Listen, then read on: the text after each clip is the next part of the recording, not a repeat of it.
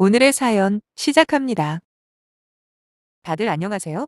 저번 달에 참으로 황당한 일을 당했는데 혼자서만 알고 있기에는 입이 근질거려 못 참겠네요.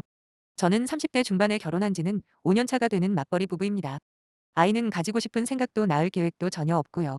이 부분은 논란이 될 수도 있겠다 싶어 말하지 않을까도 생각했지만 그래도 거짓말을 하기는 싫어서 솔직하게 말씀드릴게요.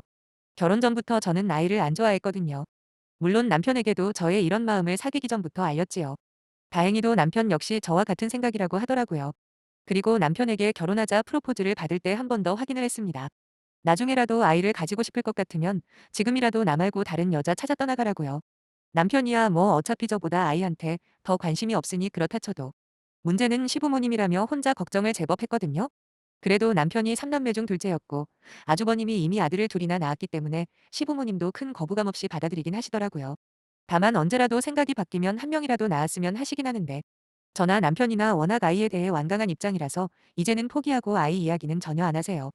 남편보다 2살 어린 시누이는 3년 전에 결혼을 했고 시누이 역시 딸 하나를 낳아서 살고 있는데 시가 쪽 식구들이 전부 다 모이면 아무래도 우리만 아이가 없기 때문에 어느 정도 눈치가 보이는 건 사실이에요.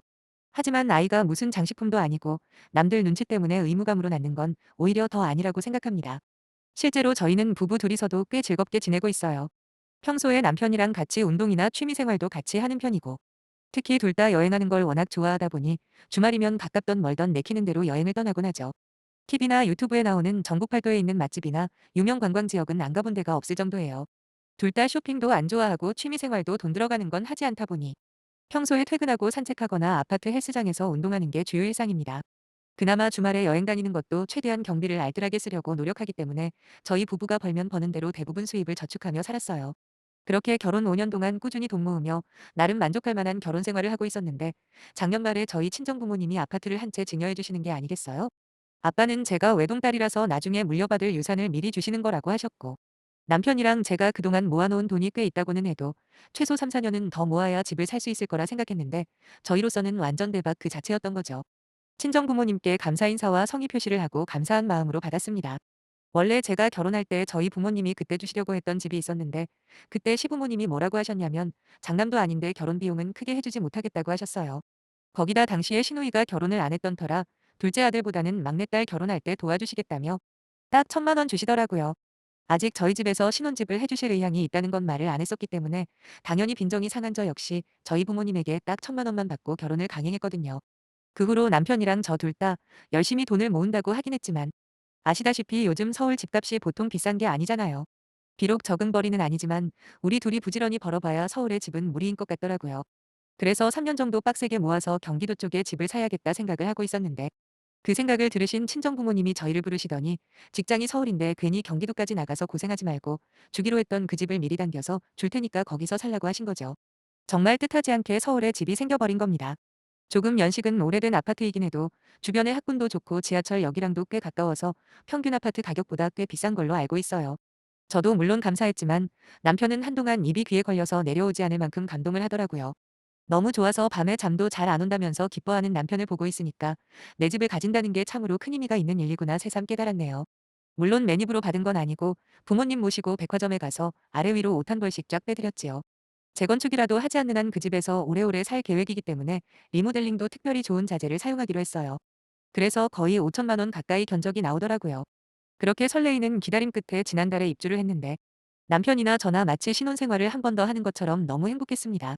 그 전까지는 전세계약 끝나면 어디로 가야 하나 스트레스 받으며 살았었는데 이제는 서울 한복판에 제 명의 집이 있다는 게 꿈인지 생시인지 헷갈릴 만큼 좋더군요. 그런데 저희 이사하고부터 자꾸 시부모님을 비롯해서 시누이까지 집들이는 언제 하냐 재촉을 하길래 짐 정리가 완전히 끝나지도 않은 상태에서 집들이를 하기로 했거든요. 시부모님 2분과 아주버님 그리고 신혼의 가족들까지 전부 다 불렀더니 북적북적 온 집안이 가득 차는 느낌이더라고요. 음식은 갈비찜 하나만 제가 직접 솜씨를 냈고 나머지는 동네 한식당과 맛있다고 소문난 집들에서 대표 메뉴로 한두 가지씩 포장해서 준비했습니다. 비록 차리는 정성은 부족한 게 맞지만 그래도 나름 부지런히 발품 팔아 얻은 정보력으로 맛있는 메뉴만 차린 거라 이 정도면 그럭저럭 괜찮게 차려서 대접했다고 생각해요. 시부모님은 저희 집을 보고는 이렇게 근사할 줄은 예상을 못했다며 부러워하셨어요. 밖에서 볼 때는 평범하게 오래된 아파트지만 싹 다 리모델링을 해놓은 실내 모습에 같은 여자인 형님이나 시어머니가 부러운 눈빛을 보내더라고요. 그렇게 다들 즐거운 분위기에서 집 구경도 하고 시간을 보내고 있는데 이상하게도 신우이가 말 한마디 없이 무거운 표정을 짓고 있는 겁니다. 심지어 집들이를 초대받아서 온다는 사람이 그 흔한 휴지나 세제 한 통 사온 것도 없고 저희 집에 들어오는 순간부터 뭔가 안색이 어두워서 계속 신경이 쓰였거든요. 그냥 그날이거나 아니면 부부싸움이라도 했나 하고 그냥 가볍게 넘겼는데 본격적으로 상이 차려지고 다 같이 둘러앉았을 때였습니다. 갑자기 신우이가 눈물을 터뜨리는 겁니다. 진짜 지금 생각해도 어이없고 황당하네요. 그것도 그냥 눈물만 흘리는 게 아니라 무슨 초상집에 온 사람 마냥 펑펑 울어대는데 모든 식구들이 영문도 모른 채 서로 쳐다만 보고 있었지요. 조카는 자기 엄마가 우니까 옆에서 따라서 울고 분위기는 그냥 꽁꽁 얼어붙어 버렸습니다. 잠시 후 심해부가 신우이 손을 붙들고 작은 방으로 들어갔고 둘이서 한참을 투닥거리는 것 같더니 신우가 문을 벌컥 열고 아무런 말도 없이 그대로 저희 집에서 나가버렸습니다. 그 뒤를 이어서 심해부도 남은 가족들에게 죄송하다 한마디만 남긴 채 조카를 안아들고 뒤따라 나갔고요. 시부모님과 아주버님, 그리고 형님과 저희 부부는 이게 무슨 일인지 상황 파악도 안 되고 그저 벙쪄 있을 뿐이었어요. 별로 내키지도 않은 집들이를 빨리 하라고 해서 돈도 많이 쓰고 거기다 청소며 음식 준비까지 며칠을 고민하고 고생했는데 밥도 제대로 못 먹은 상태에서 분위기가 완전 엉망이 돼버리니까 진짜 기분 더럽더라고요.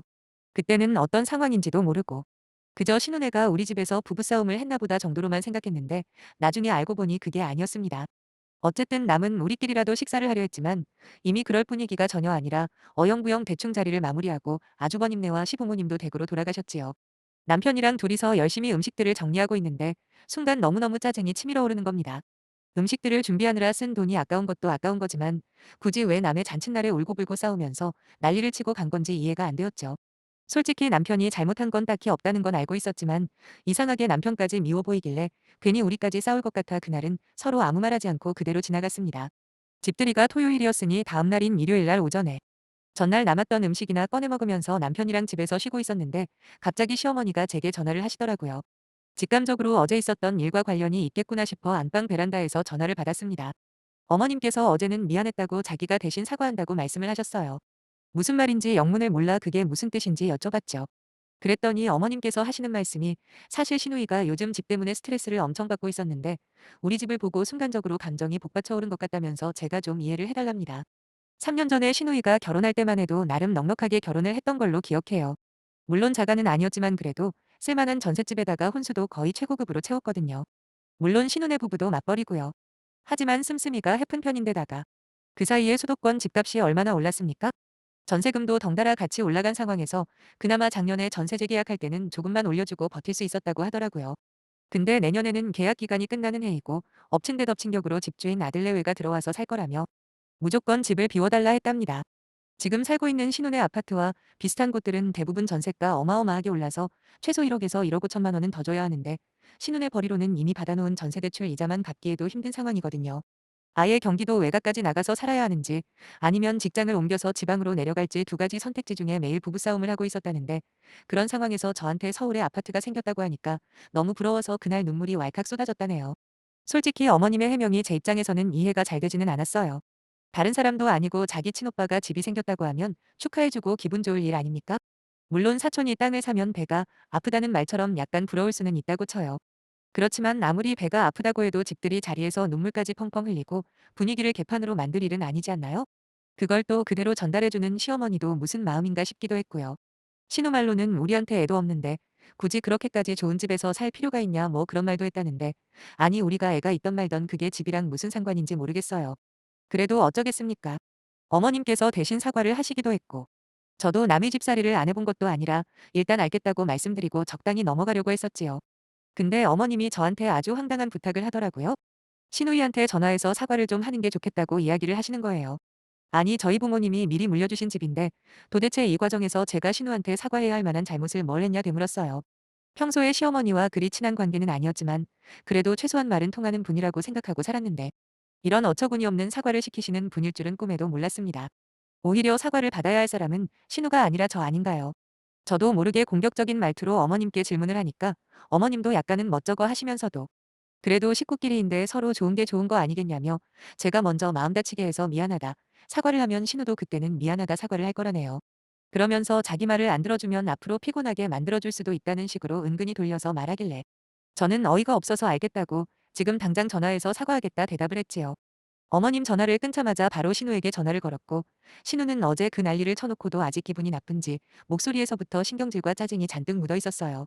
다짜고짜 왜 전화했냐라고 하길래 저도 하고 싶은 말 그대로 다 해버리자 작정하고 입을 열었네요.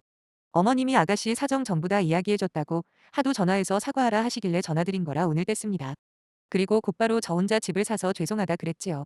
집도 없이 전세 살고 있는 아가씨를 봐서라도 저희 부모님한테 집을 받았으면 안 되는 건데, 아니면 최소한 리모델링이라도 하지 말 걸 그랬어요 라고 이야기를 하자마자 전화기 너머로 온갖 욕설과 함께 지금 미쳤냐 소리를 빽 지르더라고요. 불난 집에 부채질하는 것도 아니고 저보고 제정신이냐고 그러면서 어차피 지금 아파트도 네 능력으로 산 것도 아니고 부모 잘 만나서 얻어 걸린 건데 잘난 척 좀 어지간히 하라대요. 진짜 단단히 꼬여도 제대로 꼬였구나 싶어서 저도 지지 않고 받아쳤습니다. 아가씨야말로 얘 좀 갖추시라고요.